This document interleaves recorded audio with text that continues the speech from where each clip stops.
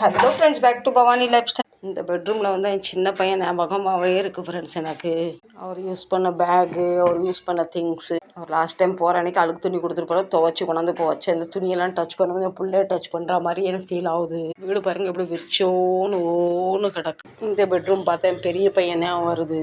இந்த பெட்ரூம் அதே மாதிரி இந்த ஓன்றிருக்கு. நான் இந்த பெட்ரூமில் வரமாட்டேன், ரொம்ப டென்ஷன். ஆனால் இங்கே வந்து உட்காந்துருப்பேன். இந்த அவார்டு வந்து போன வருஷம் எங்கள் பையன் ஃபஸ்ட்டாக வந்தனால இந்த அவார்டு கிடச்சிது என் பையனுக்கு. கோல்டு மெடல் பின்ன சில்வர் மெடல்லாம் கிடச்சிது. அது உள்ள பெட்டியில் வச்சுருக்கேன். அது மம்பாயிரக்கூடாது பார்த்தீங்களா. அது வந்து ஒரு கேரளாவில் ட்ரைனிங்க்கு போனார்ல. ஒரு ட்ரைனிங் முடிச்சு வரும்போது அந்த சலூன்காரங்க கிஃப்ட் பண்ணாங்க என் பையனுக்கு.